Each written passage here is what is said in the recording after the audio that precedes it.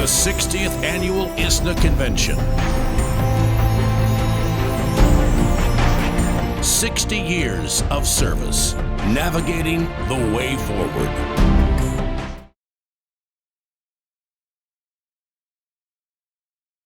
Alhamdulillah Rabbil Alameen, hamdan kathiran tayyiban mubarakan fi, wassalatu wassalam ala sayyid al-mursaleen, imam al-muttaqeen, قائد الغر المحجلين نبينا محمد صلى الله عليه وسلم وعلى آله وأصحابه الطيبين الطاهرين. فأعوذ بالله من الشيطان الرجيم. بسم الله الرحمن الرحيم. لله ملك السماوات والأرض وما فيهن وهو على كل شيء قدير. صدق الله العظيم. اللهم صل على سيدنا محمد في الأولين، اللهم صل على سيدنا محمد في الآخرين، اللهم صل على سيدنا محمد في الملأ الأعلى على يوم الدين. My brothers and sisters, my dear friends, Assalamu alaikum wa rahmatullah. May Allah's peace, blessings and mercy be upon you all. Welcome to the 60th Annual Convention of Islamic Society of North America. This is a very special year. The theme for this year is 60 years of service, navigating the way forward. I want to take a moment to thank our founding fathers and mothers who got together in this great state of Illinois in 1963. These were students from Middle East and South Asia and Far East who had a vision to establish a Muslim organization. And today, after 60 years, we are here expressing our thanks and gratitude to all of them, and also celebrating the accomplishments of this organization, what we were able to achieve as a community, as proud American Muslims in last 60 years. So this is a moment for all of us to celebrate what we have accomplished, and this is also an opportunity for all of us to talk about important topics pertaining to the American Muslim community, talk about some of the contemporary challenges that we face as a community, and benefit from the scholars, leaders, activists, people who have expertise in various fields, who will, inshallah, God willing, enlighten us in the coming few days.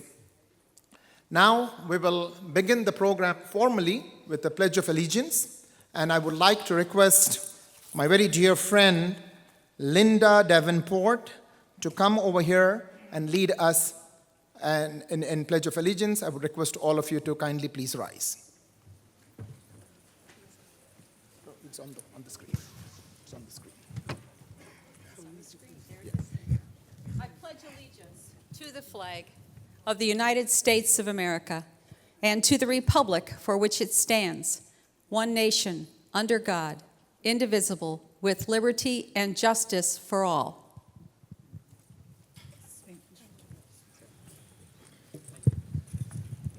You all can take your seat. My brothers and sisters, I was just reading some historical facts. So alhamdulillah, when this beautiful organization went through the transition and formally became Islamic Society of North America in 1981, since then we have 12 presidents. One of them has left this world, that is Dr. Ilyas Bay Yunus, who was the first president of ISNA. We are extremely happy and enlightened to receive the second president of ISNA, Sheikh Qutbi al-Mahdi, who will be with us. Our current president, who is the son of this beautiful state, comes from this amazing city of Chicago, is the 12th president of ISNA. So please join me in welcoming our very dear brother, leader, president of ISNA, brother Safa Zarzour. Takbir! Assalamu alaikum wa rahmatullahi wa barakatuh. Bismillahir Rahmanir Rahim wa salatu wassalamu ala Sayyidina Muhammad wa ala alihi wa sahbihi ajma'in. Allow me to welcome you to the 60th Annual Islamic Society of North America.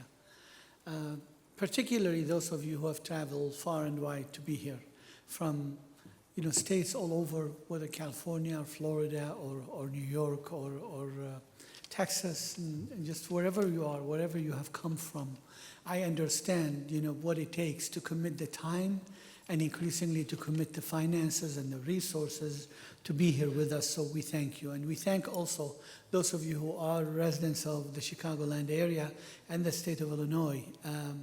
The convention is nothing without you. And especially when we are celebrating this beautiful 60th anniversary. I'm reminded of a hadith of the Prophet ﷺ that says, "Al-khalqu kulluhum iyalullah. أحبهم إلى الله أنفعهم لعياله." The Prophet ﷺ says that all of creation are if you want to take it strictly, it says the children or the family of Allah. If you want to take it figuratively, they are in the care of Allah. And then he says that the best among them, the closest among them to Allah, to God, are the ones who are most beneficial to the rest of the family, if you will. أنفعهم لعياله. And so, honestly, when I have to sum up ISNA, and I spoke extensively at Khutbatul Jum'ah about ISNA, its roots, the spirit that embodied the organization from day one and continues, it would be this hadith. It would be the spirit of doing good to benefit people around you, to do good, to build bridges, bring people together, do good for goodness sake, for Allah's sake. And this is what this organization started with, and this is what it continues. The programs that it focuses on may change. The priorities of the organization may change. But at the end of the day, it is that. It is focusing on the fact that if you want to really show your faith, if you want to really show yourself to be a good Muslim, be of benefit, be a bridge of good for those who are around you. And this is what this event, those 3 days, are about. To bring people together who want to do good, who want to make a difference, who want to see that the Muslim community in America is growing healthy, in a healthy way, is relating to those in the United States that want to do good also, and is adding to the mosaic of this country, this beautiful country of ours. And this is what we are all about. This is what we are all about. It is worth repeating, mentioning that, perhaps especially early on, many decades ago, a lot of times you sit with Muslims and you sit in Islamic circles and they are afraid. They are afraid, as I mentioned in the khutbah, they are afraid to engage people of other faiths or to allow the youngsters to engage people of other faiths because they're afraid they would lose their faith. My first-hand experience is that engaging in interfaith work increases your faith. And this is something that I was told by people of other faiths. I mean, I have Christian and Jewish friends that basically say that engaging in interfaith strengthens my own faith. But it also gives me avenues and ways to understand the other more and to also find common grounds to do good for the larger society. As I mentioned, it always have caught my attention, the Prophet ﷺ talking about something that happened when he was 16 years old, before he became a prophet, where he talked about witnessing hilf al-fudul. He says, when I was 16, I witnessed hilf al-fudul with my uncles. And hilf al-fudul was a coalition of people in Arabia that basically their humanity kind of made them feel bad for those individuals in Arabia that had nobody to defend them. They didn't have large tribes. They didn't have the ability to stand up for themselves. And so these people, the group that got together, they said, we are going to be basically the tribe of the tribeless. So if you are to attack somebody because they don't have support, we are their support. And they put people on notice for that. The Prophet ﷺ said that I witnessed the formation of that coalition when I was 16.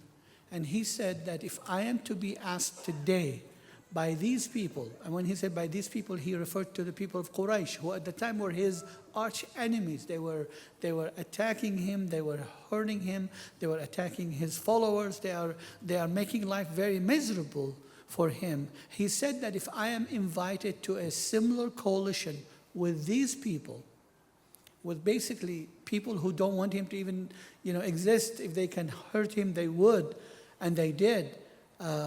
He said, I will respond positively. I will be part of that coalition. And so to me, that spirit we really have to embody and really put through our mind and our heart and our soul. This idea that the world is small and is getting smaller and smaller. And if we, meaning good people of every walk of life, don't come together and try to advance what is good and try to prevent what is evil, then all of us then will basically together perish. As the Prophet ﷺ mentioned in the hadith that, ship where it had two, the deck, and then it had downstairs, the bottom floor, and the people who were on the bottom felt like if they want to go up and to get the water all the time, fetch the water, it would be too much. So they wanted to dig a hole where they are to get the water faster and don't have to bother the ones upstairs. And what did the Prophet ﷺ says? That the people of the ship, especially the ones upstairs, if they say, well, it's their part, and they do whatever the heck they want, then everybody is going to drown. But if they prevent them, everybody will survive. And that's the mentality we need to have. That's the mentality we must have when we live in a diverse, multi-ethnic, multi-religious, multi-racial society, is that we need to look for good people in every corner, from every faith. And then we're not going to agree with them on a lot of things. We're not going to agree with them on many things. And we're not going to agree on the same things with all of them. But if my Prophet taught me anything, sallallahu alaihi wasallam, is that with every group, with every section of society, look for what is in common, what is it that you both agree on, and on basically fighting or pushing back on that is negative. And then work with them on that. And then when the next group, work with them on that. And that's how we should be as individuals, as families, as communities. And I hope that this convention, if it's about anything other than giving you this upliftment, this spiritual boost, and getting you to know and to make friends with many people, if it is about anything, it's about you finding that thing that your heart feels strong about in society, and then find those, whether from your faith or people outside of your faith, that can come together with you to do some good for God's sake and for the sake of a better country, inshallah, for all of us. Thank you again. Enjoy the convention. Enjoy the celebration of 60th annual and all the beautiful events that are happening. And inshallah ta'ala, we'll see you around the convention throughout. Assalamu alaikum wa rahmatullahi wa barakatuh.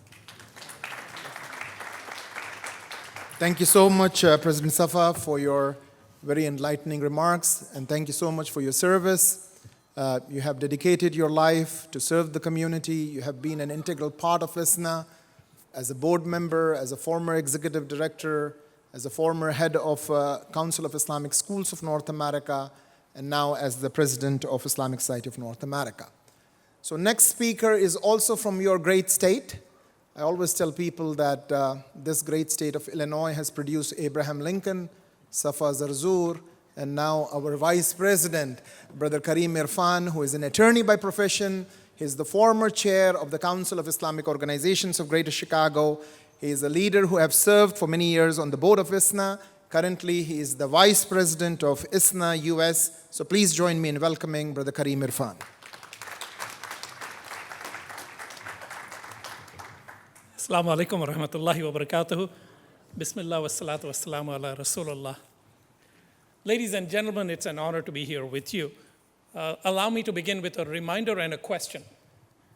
So what is the theme of this convention?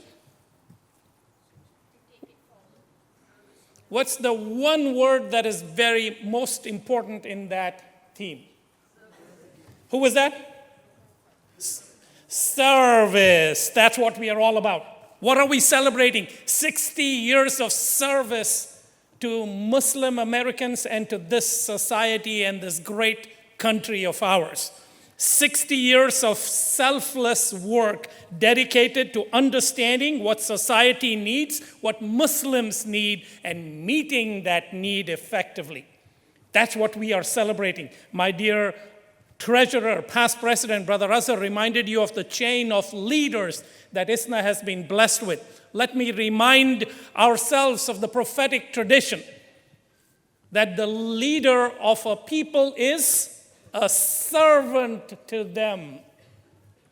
So when we speak about our leaders, we speak about servants dedicating their life to service. That's what ISNA stands for. And now as we come from this great tradition of leaders, our job is to make sure there is an effective transition down to the next generation of leaders who are going to be phenomenally more important and effective than us. My respected friend and elder, our gold star parent here, Dr. Khizr, I had the privilege of introducing him to my son just half an hour ago, and he got up from his lunch. And what did you mention to my son, Brother Khizr? He said, you and your generation are important to us. So what I leave you all with in this half a minute or two that are left with me here is we are here together in that business of serving and creating leaders from amongst our youth who are prepared to tackle the challenges of this world. And they're not dedicating themselves only to Muslim causes because a Muslim cause is everybody's cause. So, my dear friends, as you go out and celebrate this 60th anniversary, and I understand from our convention steering committee chair that this session is being live streamed on Facebook, right?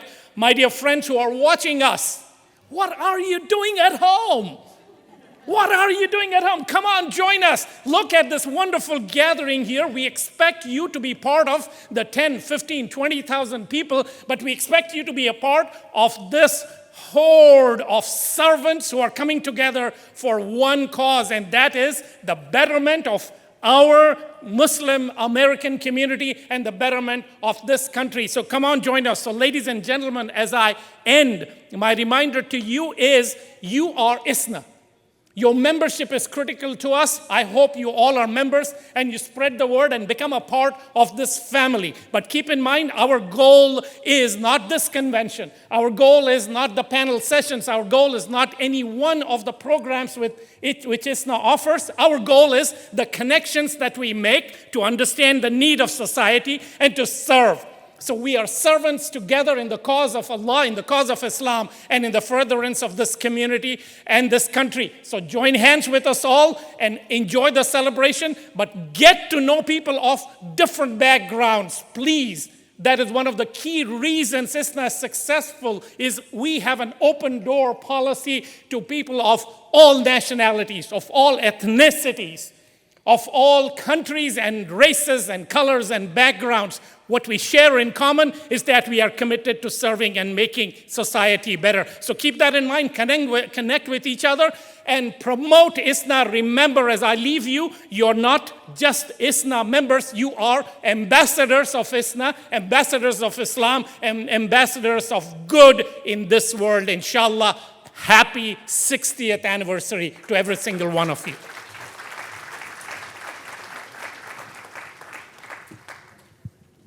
Thank you so much, Brother Kareem. And of course, I want to join my dear brother, Brother Kareem, in recognizing my very beloved brother, Brother Khizr Khan, who is a Gold Star father and a Presidential Medal of Honor recipient from President Biden. So please join me in welcoming our Brother Khizr Khan to the convention. You will be hearing from him during the convention. He will, inshallah, be enlightened and inspired by his message. So let's all give him a round of applause. He's a symbol of pride for the American Muslim community. He's the man who told Americans, reminded all Americans of all backgrounds the importance and significance of our Constitution. Our beloved Prophet Rasulullah sallallahu alaihi wasallam told us, where he said, "Man lam yashkurin nas la yashkurullah." A person who is not thankful to his fellow being cannot be thankful to Allah subhanahu wa ta'ala either. So in this audience, I see so many pioneers. I see at the back Dr. Iqbal Yunus. For more than 5 decades, the man has served this organization. He's a nuclear physicist, got his PhD from Emory University. He could have been somewhere else, but he dedicated all his life serving Islam and the Muslim community. In this audience, you will find people like Dr. Abdul Rauf Mir, people like Dr. Khurshid, people like Brother Jalaluddin, Brother Farooq Malik. I see so many shining faces in this audience who have a long history. Maybe even before my birth, these are the ones who were serving the community. So as we celebrate 60 years of Islamic work in North America, we also recognize these pioneers for their outstanding work. We express our deepest gratitude and thanks to the founding fathers and mothers. And many times we forget our esteemed sisters who have been in the forefront. We remember people like Sister Sharifa Al-Khatib, Khatija Hafaji, Sister Nudrat Yunus. These are the shining examples that we have. And without their support, their other halves wouldn't have served the community the way they have served. So we express our deepest thanks and gratitude to each one of them, especially at a time when we are celebrating 60 years of Islamic work. I remember so many stories that our beloved Malika auntie used to share with us, how Brother Mahbub Khan in the West Coast used to spend every single long weekend traveling from one city to the other, promoting ISNA's newsletter, promoting the important work that ISNA is doing. So today, we thank them and express our deepest gratitude to all of them and their family members. Now, from United States, we will go to our neighboring country, Canada, because Islamic Society of North America consists of US, Canada, and Mexico. So now, let me introduce the Vice President of ISNA Canada, Brother Rafiq Ahmed, an IT professional, someone who has a very long association with ISNA, to come and share his remarks. So please join me in welcoming Brother Rafiq Ahmed.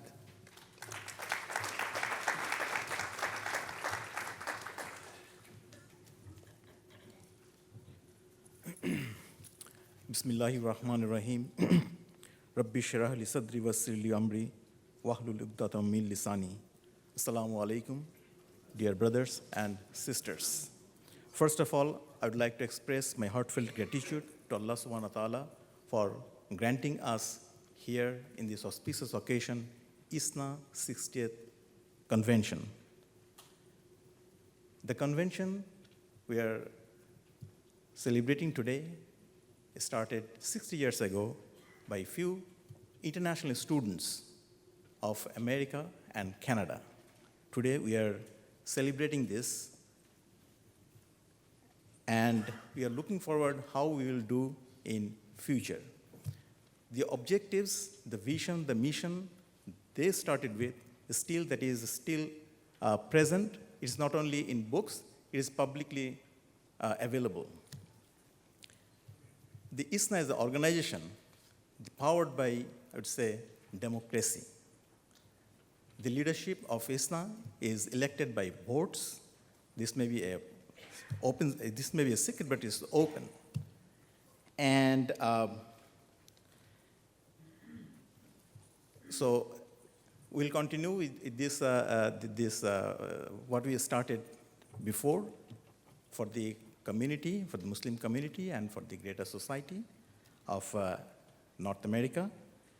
And in this convention, inshallah, we'll meet, greet our friends, we'll make new friends, and we'll energized by spiritual lectures, ideas from our different speakers.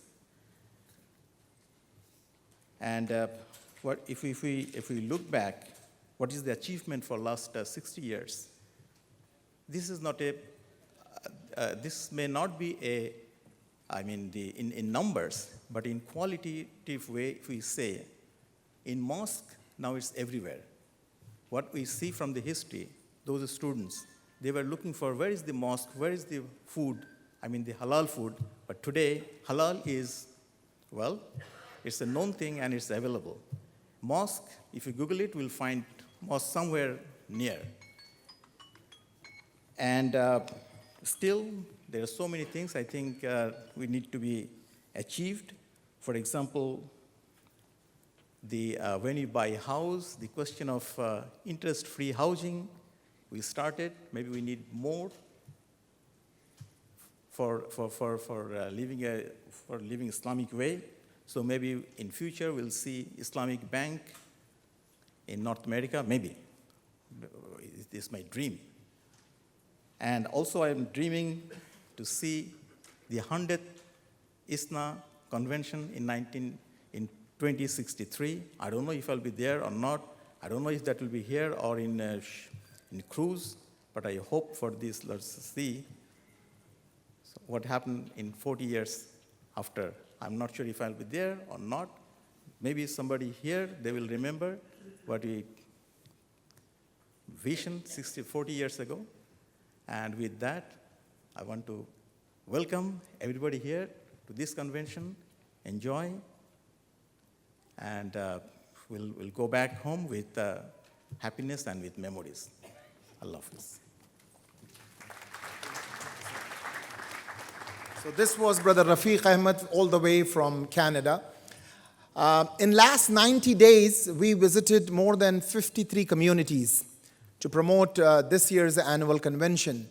And mashallah, we were so thrilled, so blessed to meet and interact with people who shared with us many stories, shared with us different types of experiences.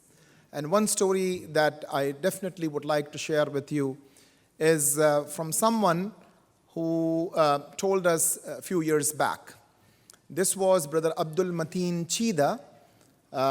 He came to America, to Minnesota in 1965. And he said at that time, these young students used to run a campaign where they used to collect $10 per month per family. So just imagine the difficulty that these people had. There was no internet, there were no cell phones, there was no texting. There were Muslims who were scattered in different parts of the country. And they used to write letters and they used to mail letters and they used to collect $10 per month per family. There were many families who used to wholeheartedly support them and they used to encourage them. But there were some who were very, very skeptical, and they would make fun of them and they would mock them and they would ask them, what are you going to do with this $10 a month campaign? But these young students never got discouraged. And they continue with their campaign and they used to say, inshallah, one day we will build a mosque. And those individuals who were critical of these young students, they used to say, who's going to come and pray on a working day? It's a Friday. It's a busy time.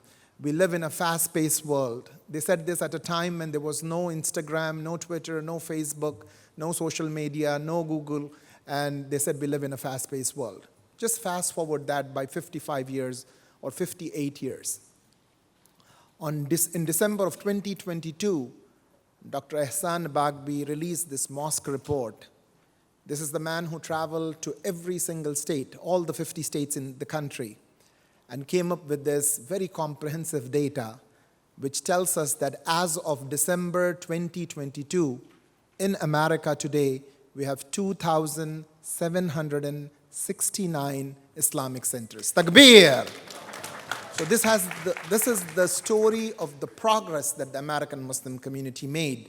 They not only built masajids, but they built Islamic schools. They were able to build organizations that would collect money and provide relief, provide charity, support our inner cities, support our own members of the community who is in our backyard. And of course, they would support international causes, individuals and nations that suffer from man-made and natural disasters. So this is the beautiful story that we should share. And throughout this trip in last 90 days, this story has been repeatedly shared with different communities. This is our history. This is our legacy that we all need to know. Having said that, now I want to welcome a very dear brother, a very dear friend, someone who has been supporting the conventions for many years.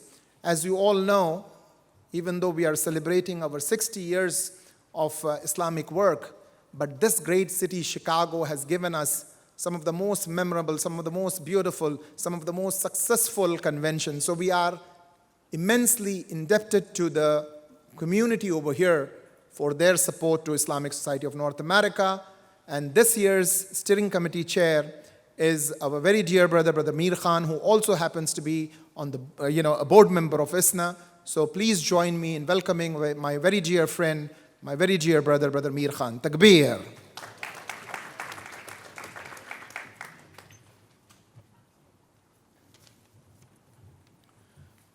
Assalamu alaikum, brothers and sisters, ladies and gentlemen.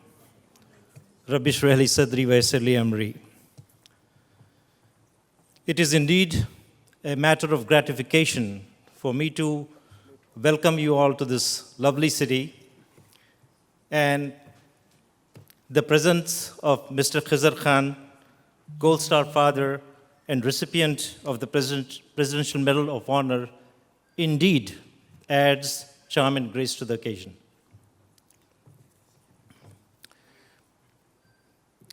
To manage a convention of this size, this monumental size, is not an easy task. But I'm so happy and thrilled that I have an extraordinary team which has done an exemplary job. I have about 16 chairs who are managing different operations of this convention. And this comprises of about roughly 250 volunteers. These volunteers possibly are your children or your grandchildren. And they have been relentlessly working over the last 4 months to execute this convention. So I'm very thankful to them. Brother Aziz was talking about the effectiveness of using the social media. And we this year engaged a digital marketing company. And I was just looking at my numbers while sitting on the stage. And what I've concluded is they have helped us reach about 750,000 people. And they have over 1 million impressions on the Facebook and Twitter and other things. This is a very impressive number if you come to think about it. And Sheikh Yasir Qadi, who's going to be one of the keynote speakers, was in a program a couple of weeks ago, and he made a very important point, and of course he said very wonderful things, and one thing that really caught my attention was that in 1962, when his father came to US and settled in Houston, when he went to the Eid prayer, there were only 3 people. One of them was his father and 2 other people, all 3 of them were MSA folks at the university. Of course, he went to Saudi Arabia for his education and learning, and then when he came back to Houston a few years ago, he was asked to lead a prayer in a stadium or somewhere, and he said there were 30,000 people in that congregation. Now, what he said is, see, from 1962 to the year 2017-18, whenever he left the prayer, the number went from 3 to 30,000. And what he said is, the work the Muslim community is doing currently now will have an impact, not only in the next generation or the generation after that, but it will have an effect for the next 300 years. So it is imperative, I think, that our young children, our community continue to actively engage politically, socially, economically, educationally, so on and so forth. So I think this is the message I think we should propagate down to our family members and friends. Lastly, I just want to make an announcement. This is, of course, quite remarkable that the organization has attained 60 years of service. So in celebrating this moment, we are going to have a huge cake that we want to cut on Sunday after 5:30 p.m. in the main lobby. So if you're free, please come by and enjoy the festivities. Last thing I want to mention is the convention does attract people, and you see people, particularly here, coming from different states, so on and so forth. I was just looking at the audience, and I'm so thrilled to see a friend of mine from kindergarten, Jamil Ahmed, and his wife Farah here from Virginia to attend this convention. So this is how the convention connects people. So welcome to the convention, Jamil, and again to all of you. Thanks for coming to the convention, and enjoy the convention. Thank you so much.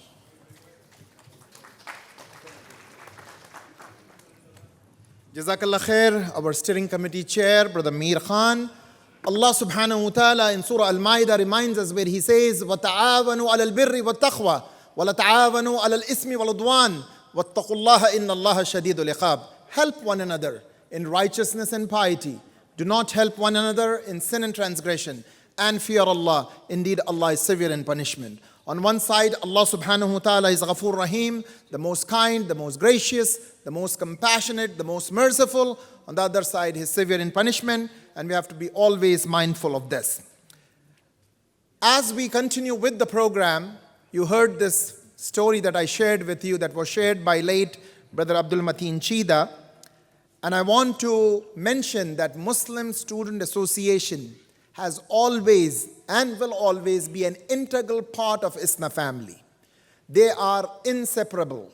We are extremely proud of the important work that the Muslim Student Association does at the campuses. They are our representatives. They are the ambassadors. They are individuals who do the good work, and we are extremely, extremely proud of their important work. This year again, more than 24 chapters have participated in this year's convention. They have a completely different track. You can watch their track on the program, follow it, and attend their sessions. And we are immensely grateful to the support that they bring to us. So without any further ado, I want to invite the representative of the Muslim Student Association. We are very pleased to have with us Brother Ziyad Dadaboy, co-founder and director of Midwest Muslim Student Association. Takbir!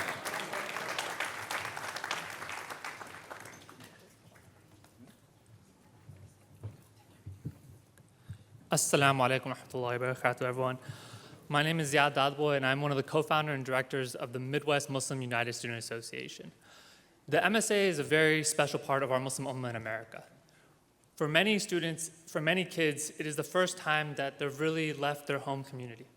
Many kids stay, they grow up with their parents, they grow up with their local masjid, and then they go for college. Some stay local, some move across states. Myself, I moved states just to go to college. And so the MSA becomes a very special place for many Muslim students. It becomes a home, a second home for them. It becomes a place where they can connect with other Muslim students. And in our increasing, difficult times in America, it becomes a battlefield at times, right? It is reported that the Prophet Muhammad ﷺ said that there will come a time of patience when practicing your religion will be like holding a hot coal. Many people say that now is that time. Where in America, we're besieged by both the right and left, wanting from us things that we don't agree on. And the MSA is at the forefront of this. Colleges are increasingly a hostile environment for many Muslim students. We hear about the difficulties they have dealing with administrations, dealing with other students, dealing with all the stress of college life, the stress of growing up, being away from parents, being away from their family, and then for many also being away from a Muslim community. And the MSA is kind of a safe space for them, a place where they can go, they can meet with other Muslim students, and they can learn and they can hold strong onto their faith. And so that's something that many people ask me why I still volunteer and help with organizations that specifically look at the MSAs, specifically the college MSAs. And I say because it is a very transformational time for many kids. Myself included, it was one of the times where I met more and more different perspectives about Islam. I met so many more people, so many more different types of Muslims, and I learned so much about my religion. And it became a time when I became more religious. Because of the MSA and the beneficial programs they had, the things that they connected brothers with each other, they connected with sisters with each other, and they made it easier to hold on to the religion on a campus that sometimes it wasn't as easy. where we're exposed to new things and things that we had to question, like, what is our response as Muslims? And so the MSA becomes that integral part of our community. And so we must support them as much as possible. And so when I was asked, last year we started our partnership with ISNA for the Midwest Muslim United Student Association and ISNA to really do an MSA track. And this year, I returned, I was like, we need to do this again because last year, alhamdulillah, was such an amazing opportunity. And this year, alhamdulillah, we have 6 amazing sessions. We have Dr. Yasser Qadi speaking about the Navigating Differences letter. We have Sheikh Abdul Nasser Jangda talking about community versus culture. And we have many more sessions. And the focus of these sessions are how do we make the MSA leaders stronger? How do we make them strong MSA students who can go back to their campuses and they can teach each other and they can work with the administration better and they can work with the other students better to make the MSA strong and to make it a safe place for Muslims in America on campus. And so that is our goal. Because as I said right now, it is not easy to be Muslim right now in America. Alhamdulillah, we have a very large community now. It's definitely much easier than it was when we first got here, when there was barely a masjid around. I won't deny that. Alhamdulillah, we have it much easier when there's masjids on every corner. But at the same time, it becomes harder because of the pressures from society around us. So our Muslim students are struggling on college campuses, and alhamdulillah, MSAs are having to do more and more for them. And so the more we can support them, the more, it's just more beneficial for all of us. So inshallah, if you can send all of your, the students, if you're in high school, if you're in college, please come to the MSA sessions. If you work with youth, if you're a youth director, if you work with them at, your masjid, or if you're a parent in general, please come to the MSA sessions. We have amazing talks that will really help empower them to become better Muslim students on campus and make the MSA stronger. Jazakallah khair.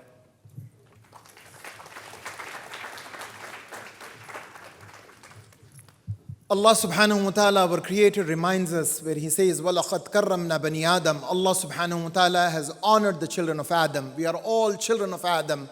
And with this honor comes a very important responsibility.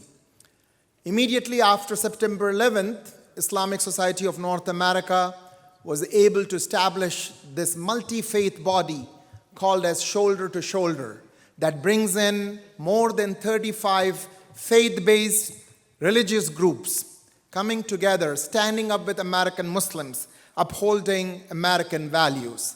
We truly applaud the support, the friendship, the partnership that we get from our friends from the other faiths. And today, we have a very special guest. Her name is Linda Davenport, who is the Justice on Illinois Appellate Court. She has been a lawyer for 45 years. She is a judge for the past 17 years, a long-time Muslim community friend, and she is someone who would like to share with you, as a legal expert, the importance and significance of the Medina Charter, what it means when we mention the name of Marrakesh Declaration, when we talk about religious minorities' right in Muslim majority countries, what the Prophet of Allah sallallahu alaihi wasallam more than 1400 years back gave us as a Medina Charter. Someone who comes from another faith feels extremely inspired when she reads and when she hears this important Medina Charter. So she would like to share with all of you her feelings and her reflection. So I would request her to come and share a few words with us.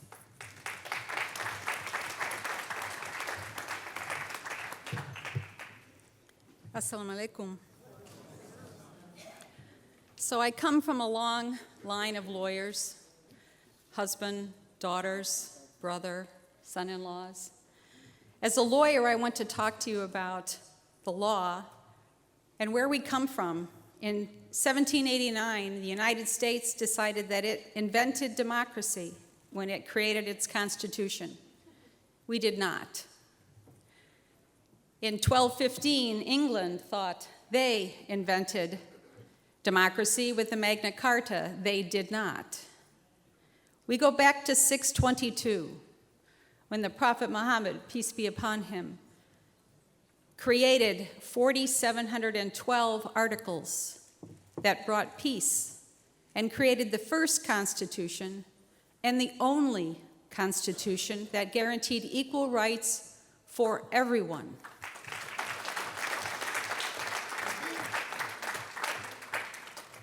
also equal responsibilities for everyone, which is what we talk about with service. It is not one without the other. Equal rights, equal responsibilities. And as an American citizen whose family came here in 1619 when he was a crook and was thrown out of London and sent here to be a servant before he could get his freedom, I feel like as a country we cannot go forward until we realize that we all have the same equal rights and the same equal responsibilities. And for that I say, Inshallah. Thank you.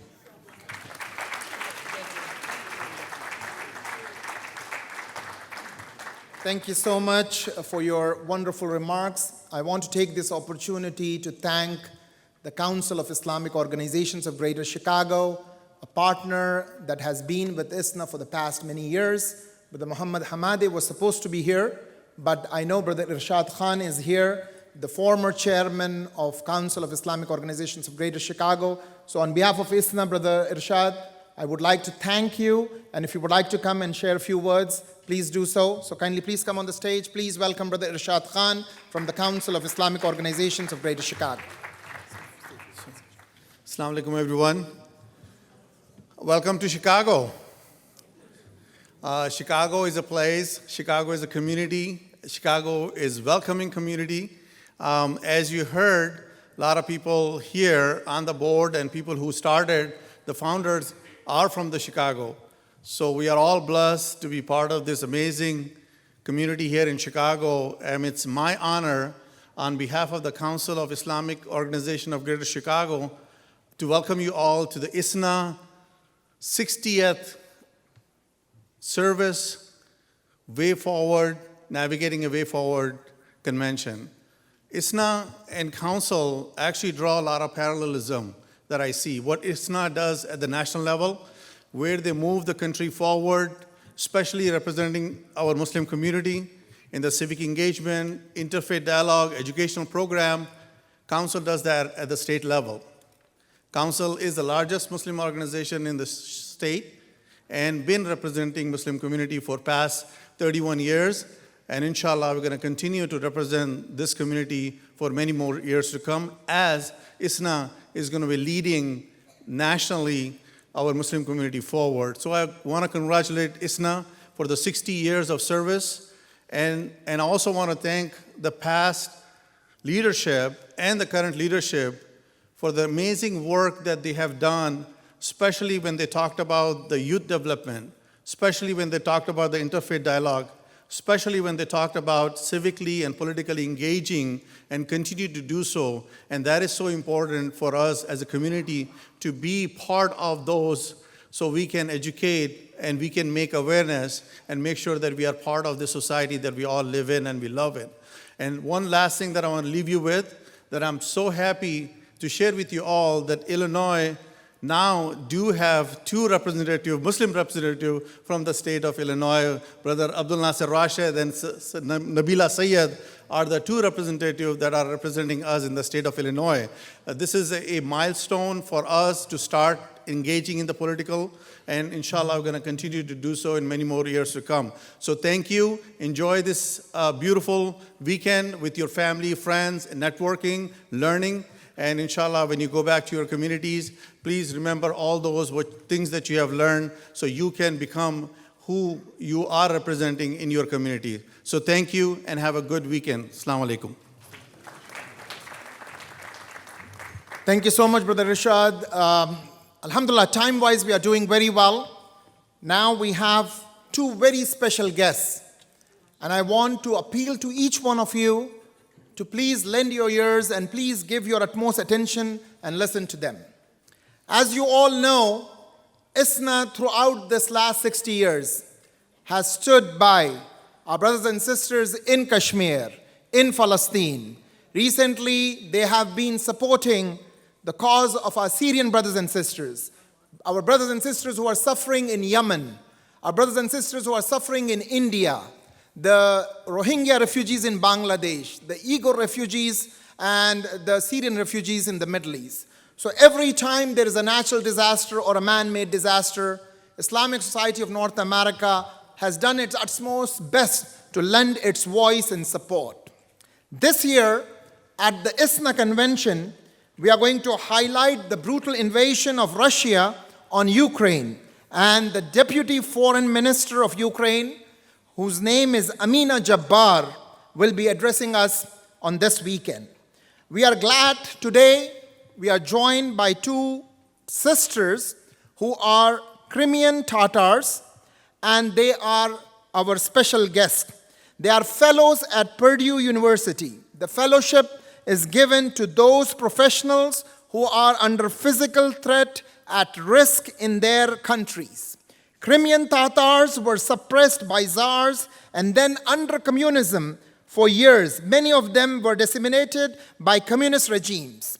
And today, we have two very brave sisters who are going to come on stage and share with you the experience and the challenges that they have been going through. They are human rights activists. They run their YouTube channel. They worked as journalists in Ukraine. So please join me in welcoming our dear sisters, Sister Zaira and Sister Zarima Mustafa Iwa.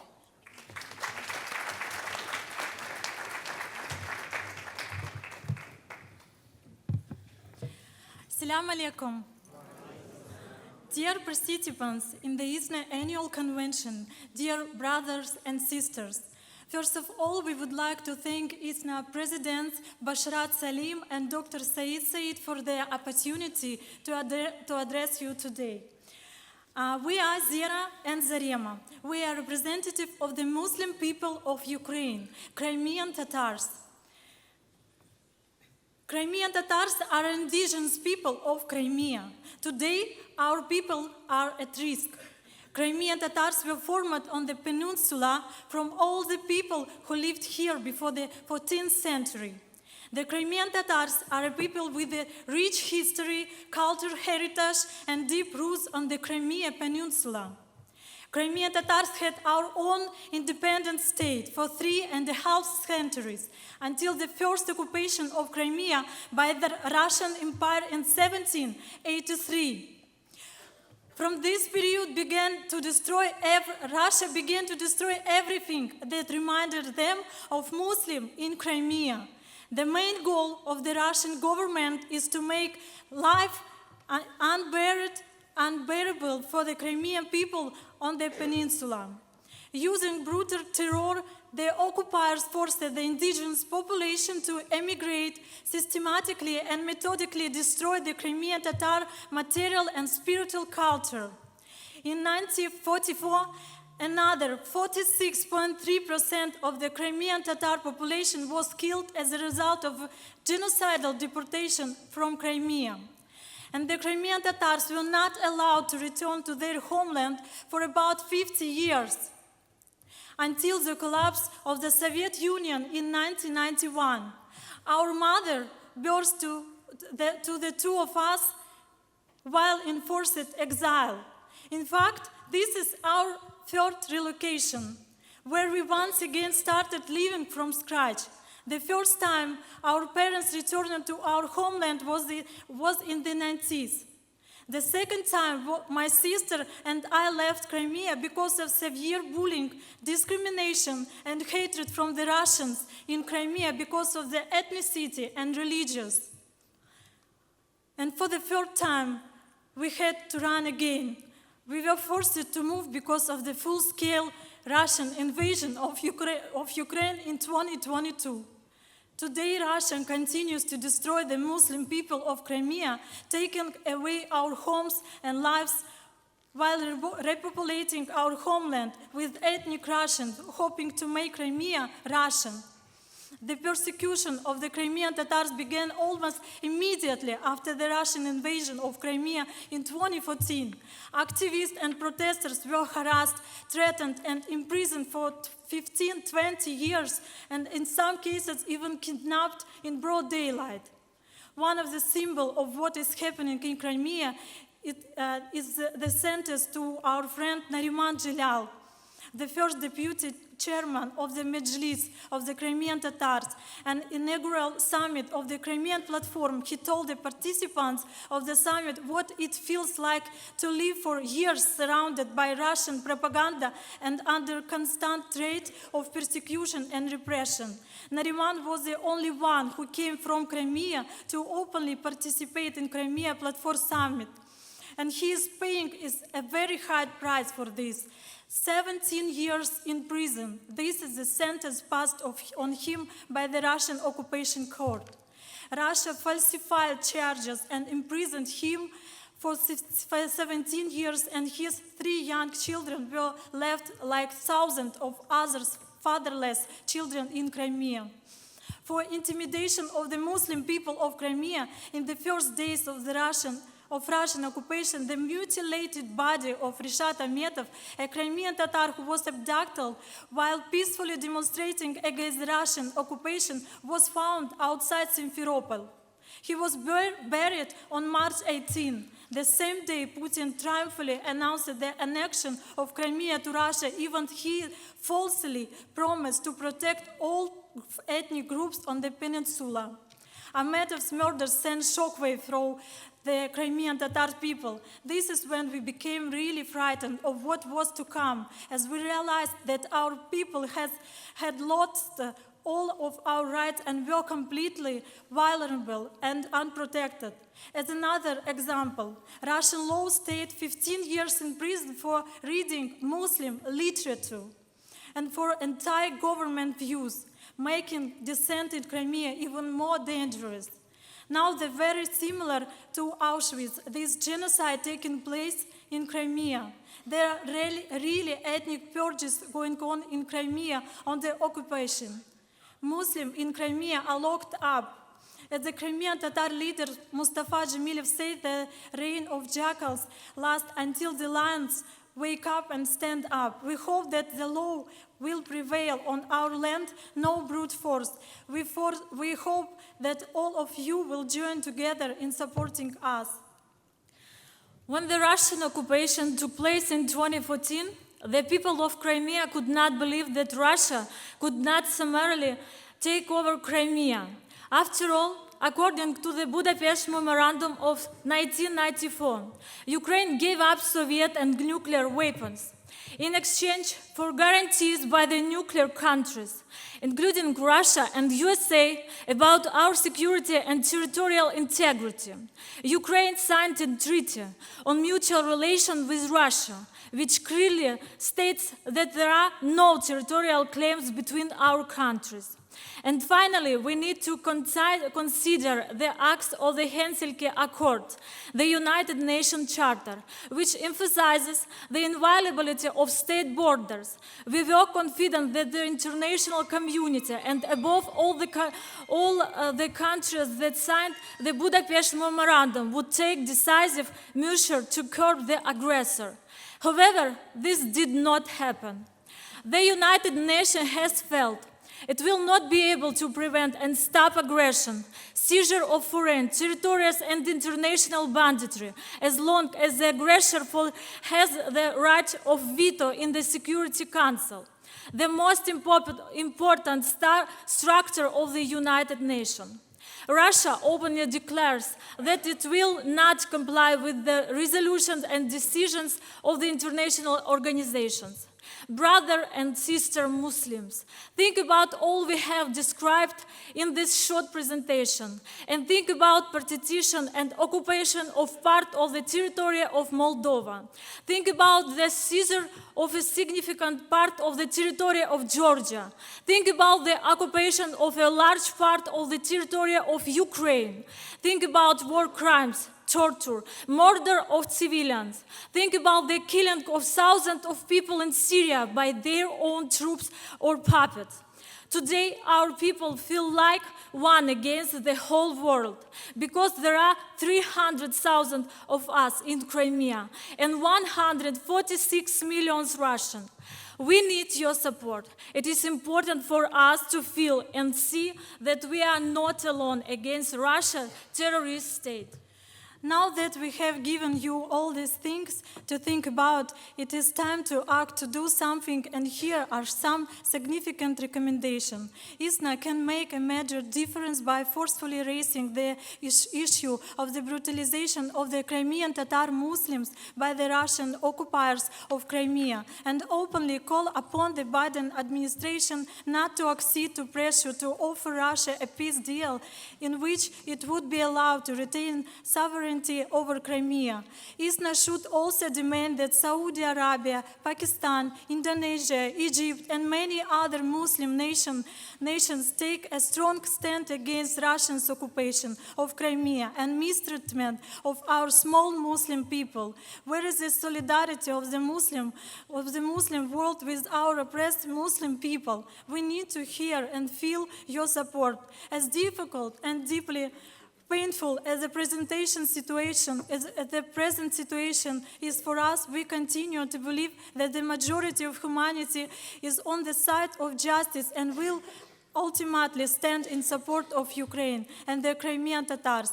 We trust in Allah that our land will ultimately be liberated and our people saved. The question is how many more Crimean Tatars and Ukrainians will be compelled to suffer and die before that victory is ultimately achieved. The time is to act is now. Thank you. Thank you.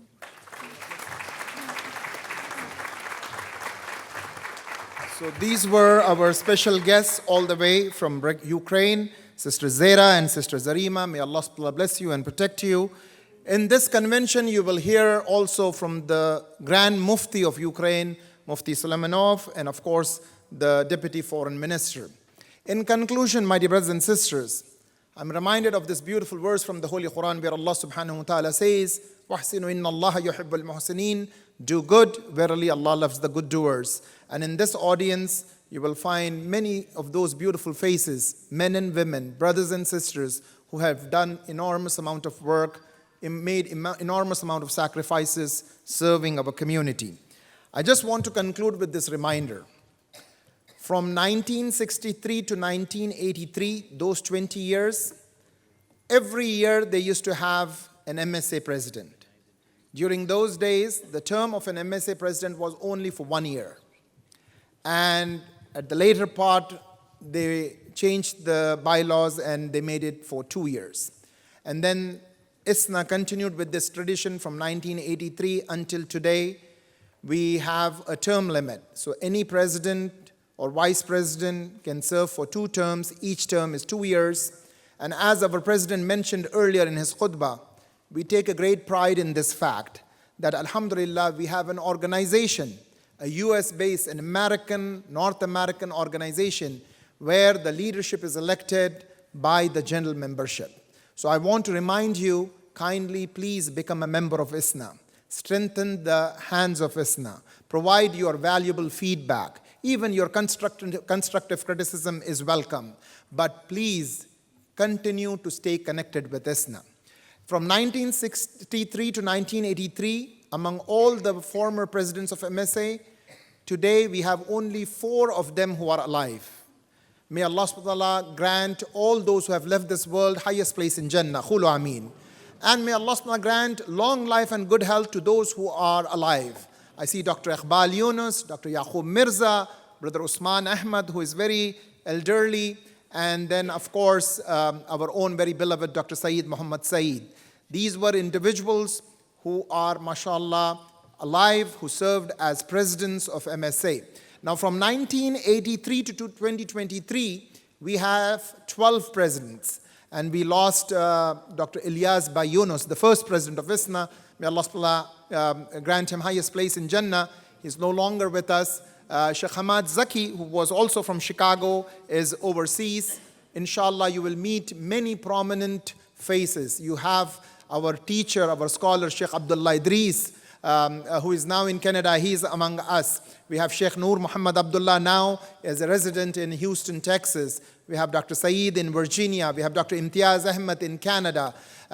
We have Imam Majid, Dr. Matson, all these wonderful brothers and sisters who serve this organization so honorably.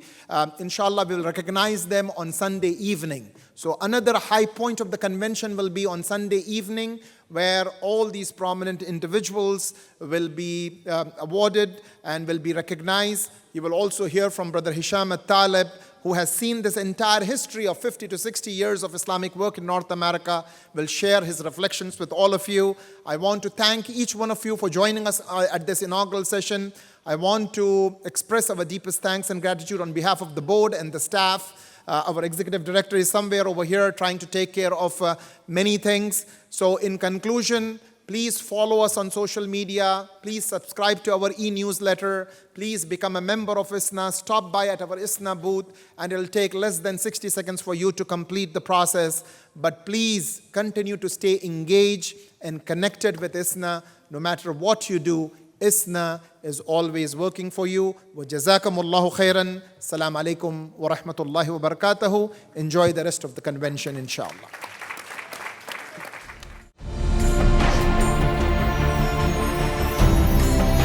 The 60th Annual ISNA Convention. 60 years of service, navigating the way forward.